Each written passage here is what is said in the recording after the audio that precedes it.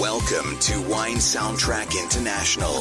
Listen to the passion with which producers narrate their winery and their world. In 30 answers, discover their stories, personalities, and passions. Hello, friends and listeners of Wine Soundtrack. This is Alison Levine, and today I'm with Eben Sadie of the Sadie Family Wines out of South Africa. Eben, welcome, and tell us a little bit about where you're located in South Africa and about your family winery. So we are located just about an hour northeast of Cape Town in the Paardeberg Mountain in Swartland. It's a region that I think has come a long way in the last 20 years, and it's one of South Africa's biggest regions, not in planting but in circumference. And it's a very big canvas to work off, and we established our winery there in 1999. At that stage, it was pretty much dominated still by the post-apartheid big cooperative system. And it's been an amazing 20 years of transition in that area. And just to have been part of it's been a privilege. How many hectares do you have? So on paper, I own 17 hectares, but the vast majority of it is actually vineyards. That is also, I've got a lot of vineyards that is not owned by us, but we still farm them because our farming techniques and our interpretations of what agriculture is a little bit different from the conventional view. And tell me a little bit about that. We live in a world that's seemingly, I don't know, I just feel often that the moral fiber is kind of breaking down. And I grew up and studied agriculture, and if you actually take down the definition in the word of agriculture, the word simply means it's a cultural activity in the land. And today we only have agribusiness, so we only view the earth as a source of money and income, and our hearts have permeated away from the culture and the responsibility, and more into just agribusiness. And the problem with that is we've lost our lineage to the earth. And so what are the various grape varieties that you have planted or that you're working with to produce wines? It's a big ordeal because, again, in the commercial world, people will just want to drink Chardonnay and Cabernet, Merlot and Shiraz, simplify things, make it easy, simple. But, that's not what our place is about. The Swartland is the biggest region in circumference. Again, not the most planted, but if you look at that and its proximity to the ocean, being Mediterranean of nature, I'm currently working with about 24 varieties, and in a response to global warming and all of that, I've also planted subsequently 35 new varieties, which I've gone over the last 18 years and selected across the globe for very specific reasons, mostly drought resistance, heat resistance, sunburn resistance, aspects that I think will be proactive measures to have that research and R&D available in as soon as possible to have not only a reactive response to global warming, but a proactive response is something that's more sustainable in terms of how we can go forward and deal with the change of our climate, because it is real. And what is your total case production? We're very tiny. We produce at this stage 5,000 cases. If it's an extraordinary year, we'll do 6,000 cases. With a drought, we've been producing 4,000 cases.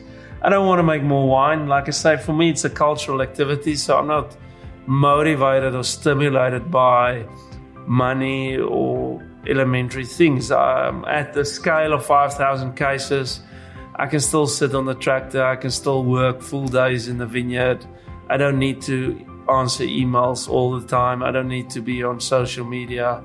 I can just, spend my days like a normal farmer would spend. And for me, this cultural activity is about farming. It's about spending time in nature and spending time with the soils. And you can't observe if you don't have the time for observation. And observation is an acquired skill and something that requires a lot of time being spent in a singular place to make the judgment of differences that you observe. Of the wines that you produce, are they available outside of South Africa? Yes, our biggest market is actually South Africa, which is extraordinary because it's not the norm, and especially at our price points, that's much higher than the norm.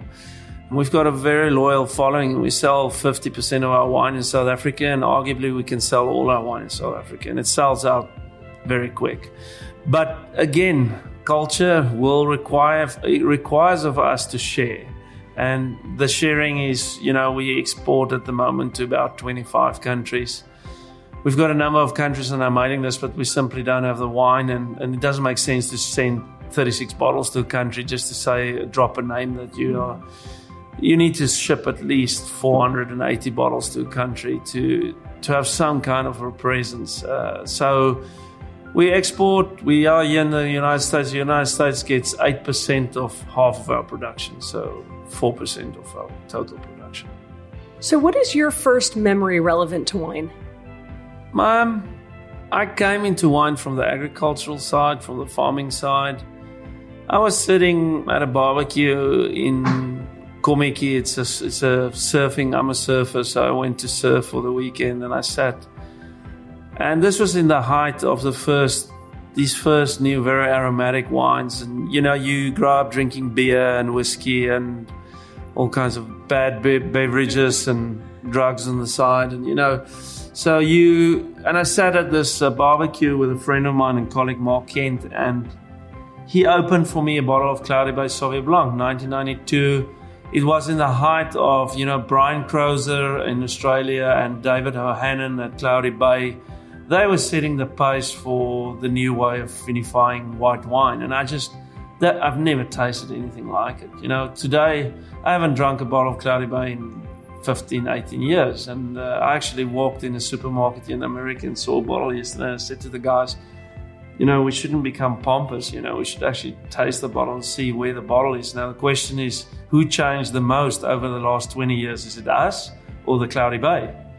And but the wine made a big, I never tasted wine with like asparagus and green cut grass and gooseberries, and it was like a salad bowl and just so in my face.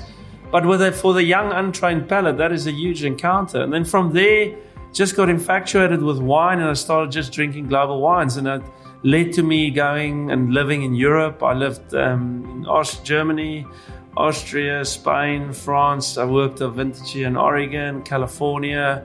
Went a bit all over the world, but being deeply rooted in South Africa and being an African, I wanted to make the final difference in the settlement. My contribution to the world of agriculture, I wanted to make in South Africa, hence the fact that I went back in 1999, really started with my own thing. I had a day job and my own job. By 2001, I was going solo, yeah. Do you remember the most memorable wine you've drunk since you've been drinking wine, and what the occasion was, or one of the most memorable? It's very difficult. It's always a very loaded question because, I sacrificed almost everything I had at that stage to put myself in a position to be drinking the greatest wines of the world. So I was just like somebody would stalk their star or whatever. I was just stalking wines, actively, with no real tact to it either. And so I've drunk a lot of wines, and I've drunk wines not once or twice, but like magnitude bottlings from early 20s in Bordeaux, late 1800 bottlings from Madeira, old port wines before phylloxera, great Loire wines, so it's almost an impossible thing to say. And, if you got to pin it down to one wine, it means that you actually, for me, the best wine I drank is probably the best wine I drank in the last 24 hours, so it's for me a loaded and impossible question. My exposure has just been so much, and it forged my being in terms of a producer. And I drink maybe 12 bottles of my own wine in a year, if that is the answer. I'm fascinated by people and other people's soil and other people's philosophies and interpretations, and I'm just celebrating wine generally. So if we were to come to your house, your cellar would be a diverse place with wines from around the world. Is there anything in particular at this point that's tasting really good in your cellar? The cellar has changed a lot. I would say from 22 to 32, it was incredibly diverse. It had wine from Armenia, Georgia, Croatia, Greece, Western Europe, North America's New World, the whole shooting match. In recent years, I've been now in like a 10-year decade deadlock with Burgundy and Piedmont. So Burgundy, Piedmont, and the Loire and the Moselle is basically, that's the four pillars today. And I think they will remain the four pillars. But I'm at a weird stage now where I'm almost ready to go more diverse again, because I almost need to revisit, it's been almost 15, 18 years since I've tasted like extensively Greek wines and Croatian wines, so I need to revisit it because the world moves and the planet moves. And I've got now not enough, you'll never have enough bottles, but I mean, I've got enough Burgundy and Piedmont and German and Loire wines to last me a while. And that aspect of the cellar, I think, is going to become more maintenance of sorts, just keeping up. Whereas I think going into New World regions and other regions, it's going to be more about curating and starting afresh and finding wines from those regions that's not currently actively being represented in the cellar.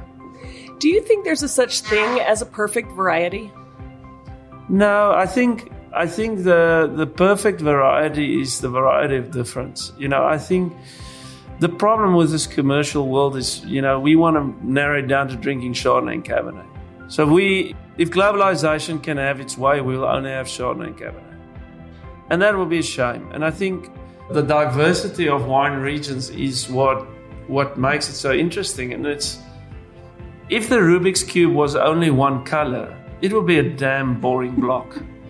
There's a reason why we have magnitude of colors, and that's for me the wine world. And the travesty is that the New World was because it was developed. South Africa is the oldest in the New World, and you can already see it's the most diverse of the New World. Then you have America, Australia being less diverse, and Chile and so forth. And it's all about where the pendulum is. So if you look at Europe's got 7,000 varieties being planted between Lisbon and Crete, which is really a small place. It's the size of Texas. Mm-hmm. And we have gone and we've got and planted New Zealand, Australia, South Africa, South America, North America, essentially with 7-8 grapes. And that's poverty. That's a lack of vision. So the New World seems so progressive and developing and all of that, but actually we're not. We're fossils. Because the commercial edge of what it is. If say South Africa could make one of the best Assyrticos in the world, people are not going to buy it because bloggers don't want to write about it, people don't want to broadcast about it, people don't want to write about it, people don't want to write reviews on it, books on it, because it's not going to sell. And unfortunately, because we kind of sold out in the New World because we tried taking the easy road here. The right road for the New World is to properly plant it with the diverse varieties that's supposed to be there. And you cannot say that the varieties don't belong in the New World, because we must remind ourselves that the grapes in Europe, where they are located today, was not also the original standing. It's always been about human expansion in the world. And this is just a modern, postmodern expansion. Cabernet, Merlot, Cabernet Franc, Malbec and Petit Verdot didn't grow in the Bordeaux forever. To put it in perspective, we planted our secondary and third generation regions in South Africa 200 years before they planted the Medoc. So it's kind of unfinished work. Loaded question, loaded answer, but it's a tragedy. And part of what I'm doing in our company with all the new varieties, it's a deal win, because we're selecting varieties that's going to carry us through global warming, and we're also selecting these varieties to properly populate our soils. So it's a double win, I hope. So based on some of the things you've been saying, I'm going to ask, where do you feel that wine critics and scores fit in to all of this? They are means to a way. I think it's very easy to not pick writers or scores, and that's not my job, because I think everybody's entitled to their own opinion. I'm more worried about the sheep that's following, and that's probably the gist of society. We are lazy. We don't want to explore. Then we want to have other people make up our minds for us, and that's just damn lazy. So critics, scores, all of that, it's part of society. It's going to remain part of society. It's essential. When I was a 24-year-old boy, there's no ways I could have worked through Bordeaux without a book in my hand with scores to it, because I have to go into it with a strategy. It helped me to get through things. So if I today come and I sit here and I tell you that scores is all BS and nothing is working, and this is bad and that is bad, that is just not the point. I do think, however, that where there's advertising involved, where there's other strings attached and politics, I take the score sometimes into question. It would be the same for any sport or any opinion out there. It would be the same for politics on votes. It's just a mess, but it's not going to go away. I think everybody that writes have to realize that it's much easier to write in ink than it is for us to plant grapes and till the land and follow the ink on the paper, and that they have a huge responsibility, and their principal responsibility is to lead us as growers in the right direction and not to play us like a bunch of muppets. And there's people's lives and livelihoods is at stake here, so there's a responsibility. And unfortunately, a lot of the people I meet just got massive egos, and that gets in the way of proper writing, proper reading, and proper education.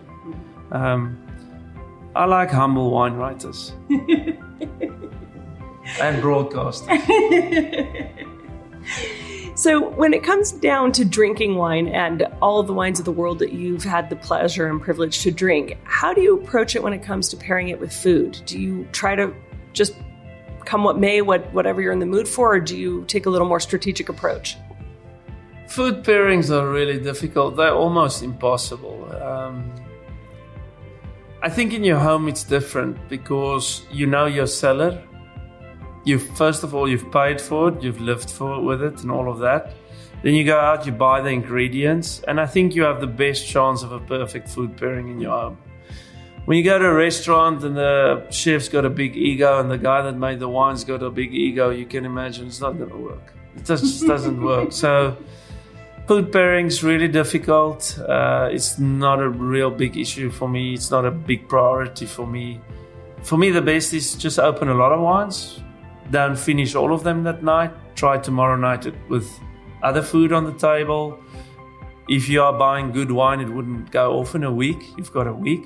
The white wines we produce, you can keep open for a month. They don't bruise because they're produced in a proper way. So open the bottles, but to open one bottle of wine and cook one dish and think it's going to work, I think that's a little bit over-optimistic. Wine Soundtrack International, the voice of wine producers from around the world.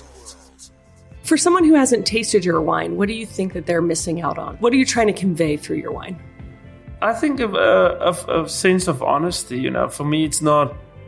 I'm a totally different person on today than what I was when I was 24, 25. When you're 24, 25, between your testosterone and your ego being developed and all of that, the alter ego gets a bit of hold of you and you push your wines and you try and force things onto people and all of that. So, and your wines kind of take on that kind of demeanor. And if you look at what we do today, I would say it's a completely 180-degree different orientation. And for me, I can just say, if somebody takes our wine or buy a wine or drink our wine, at least, if it's nothing else or other, it's going to be an honest attempt. Honest attempt. We want to make the most honest bottle of wine on the planet.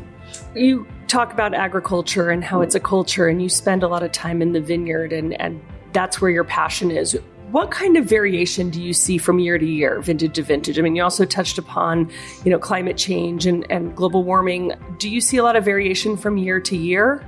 And, are there any signs that you look for that are going to kind of determine what a harvest is going to be? Yeah, the last 3 years, obviously, completely dominates our minds now. And it's almost for me impossible to see anything before the last 3 years because the drought's been just so real. We don't irrigate our vineyards. We naturally dry farm all of our vineyards. So when rain stops, it's a problem, And but it's woken us up. There's nothing like an empty bank account to quickly make you reassess the way you spend money. So the farming today is completely different, and I think I'm a better farmer today. This drought's almost pushed me over that ledge that I couldn't get over in farming. It's forced me to take the extra steps. Things that might come very invaluable in future, and we've got very, very complicated soils, and our soils are of a nature that, being some of the oldest soils on the planet, they're very fragile to compaction, to destruction of soil texture, and all of that. And although minimum tilling and all of that's part of the new genre of what agriculture ought to be, it's a fine line. We got to farm really hard to increase the carbon levels in our soil, better soil management, the varieties we choose to plant, the cover crops. I have different implements to go in the vineyard in different times. After winter, the soils are wet. Compaction is a threat. So I start off with very light implements, going very slowly, but you've got very little vigor at that stage. You don't need to go. And as the soils dry out in the season, whereas before you would have just had one tractor. So massive things that I'm busy adding on to our agriculture to adapt to this ever-changing climate of ours. Do you have any traditions that you do at the start of harvest or at the end of harvest? The start of harvest for us is we start the new year by bottling all our vintages to empty the cellar, and we go straight into harvest. There's almost not a breath to be taken. I try and drink a really good bottle, something that's extraordinary, something that's truly extraordinary on the first day to put everybody in the mood. And we end the harvest with the same. And then throughout harvest, we try and, when the mood's really low, but we've got a small operation and we've got a lot of people, and harvest is not a tough thing for us because I don't make a lot of wine. I don't want to make a lot of wine. I want to have the time. You can't work 11 months of the year and then mess it up in 1 month. So it's all structured around that. Yeah. So being so in touch with nature and with your vineyards, do you ever talk to your vines or have anything to say to it? Or do you we always hear about winemakers who talk to their vines or talk to their wines. I talk to everything all the time. I don't stop. I'm not embarrassed by it because I do think, you got to voice things and you got to voice what's important to you. And I often work on my own, or, you wake up. It might be very early in the morning. You're spraying. Yeah, you find yourself, I love spending the hours alone on the tractor, and, there's no phones, there's no email. You get to review things. When you sit for 8 hours or 10 hours in a day in your tractor, you've pretty much seen with your left and your right eye every single vine on either side of the two tracks. So, and you have a very good recall of where you are and where your viticulture is. You see little herbs and little grass growing in the vineyards in different spots, and you start to see the soil differentials. You observe just so many more things. The best way to observe vineyards on your feet. A better way would be to crawl, but you won't cover too much. But I walk a lot in the evenings in the vineyards, and I talk to them all the time. I often tell them just to not give up because I'm not giving up. So it's more like hang in there. Nice little pep talk. Don't wussy out on me because I'm not going to sell out. So I just tell our vineyards often, if there's a sellout on the farm, it's on their account. It's not going to be on mine. I'm in for the long haul. I've made wine for 25 years. I've got 20 years left in me. I'm privileged that I've got 3 kids. My daughter's still very young at this stage. She just wants to be Taylor Swift. But so I'm going to leave her to get to her senses. But my 2 sons, both, the one's living in France at the moment. The other one lived in France last year. The one's studying oenology and the other one's coming back to study oenology. So I'll have 2 boys in 4 years' time that's qualified.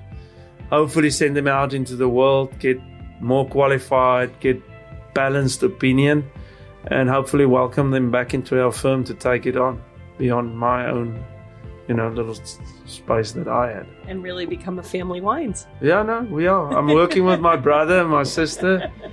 Family is great. I always say you don't get fired so easily, but you're not getting promoted that easily either. So it's just a balanced environment. And when you're not working, how do you spend your free time? I surf. And I surf all the time. Maybe I surf too much. That's why I make also very little wine. You need waves are a little bit like wine or the vineyards. There's no schedule. When certain things require certain actions, you must put everything that you planned aside. And it's the same when the swell arrives and the waves strike the right angle and the winds are perfect offshore and the tide is in sight and display. You got to get in that pickup and drive as fast as you can and get there before those conditions change, and hopefully strike into a couple of waves that be memorable. I love spending time in the ocean. Yeah. So, what would you say is the best piece of advice you ever received? I got so much advice in my life. At a very early stage, I identified a couple of mentors and people that I just revere, and you get a lot of advice. But for me, the biggest advice I can give anybody is just follow your dream. Don't bloody sell out.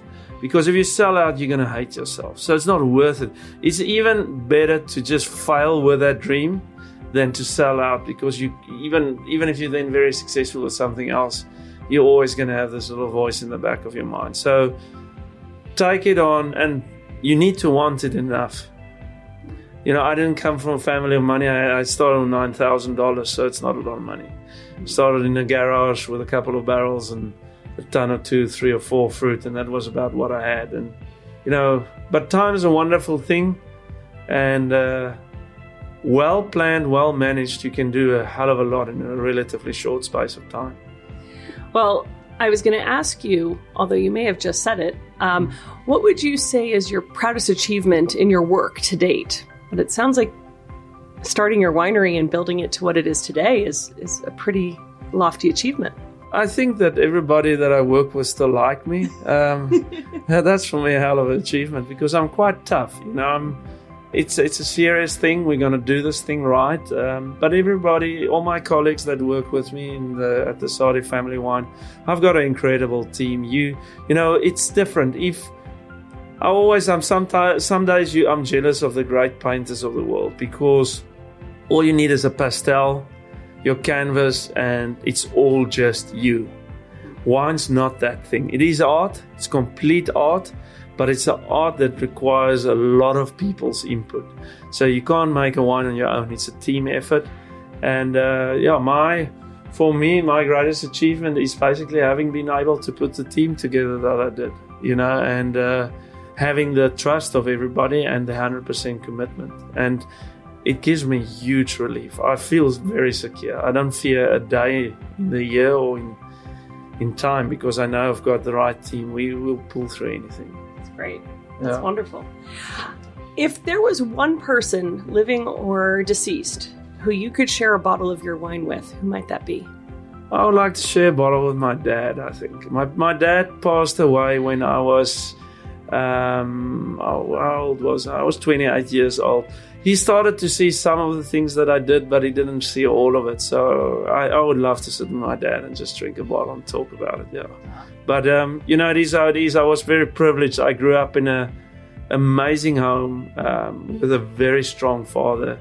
We grew up incredibly poor baseline, but my dad's the person with the highest moral fiber I ever met. So a true example for me how to live things and do things.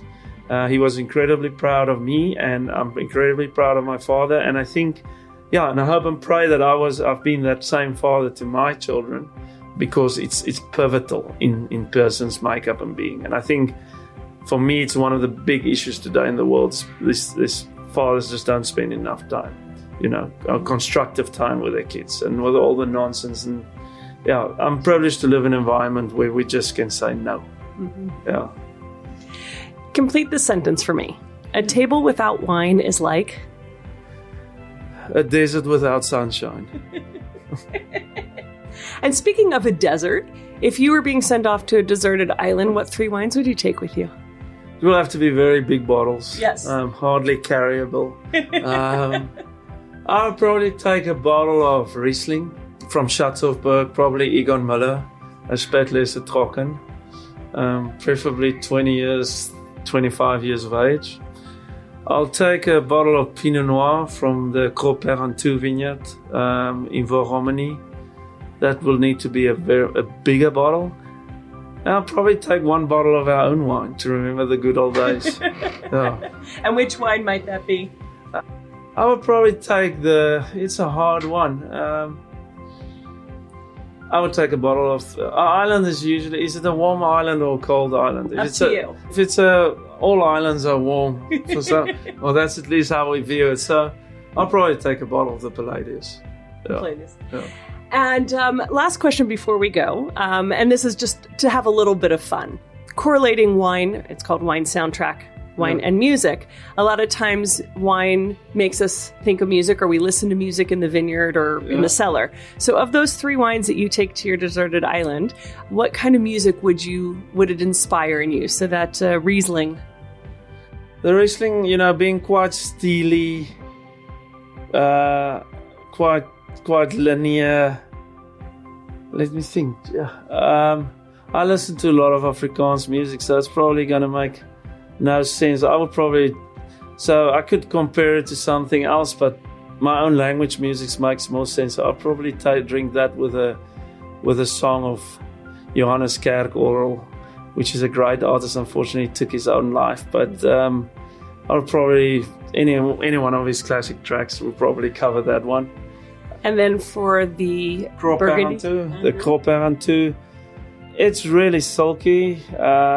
It's really elegant. It's really pure. I would say, in terms of our music, that's a tough one. Because it's a mere perfect wine. The times that I've had it, so what's the perfect song? I would probably... There's so much music going through my head. When you're trying to grab one, but it's got to be the right one. We've got a crop parent too. It's a tough one with music because it's got to be, because it's still got grip to it. So it must leave you with a bit of a tear. I love music, but the problem is, when I drink wine, I only think in Afrikaans music. I don't think like I don't even think American or British or whatever. So it will have to be another Afrikaans singer, and I'll probably settle in the end. It'll probably be a song of Du Plessis, Koos Du Plessis. I mean, his music it kind of sets the line and the tension and the weight and the gravitas. It will have to be one of Koos Du Plessis' classics. Yeah. Okay. The last one is easy. I will use the international. I think the Palladius, it reminds me of people because it's a family wine and it's so close to home.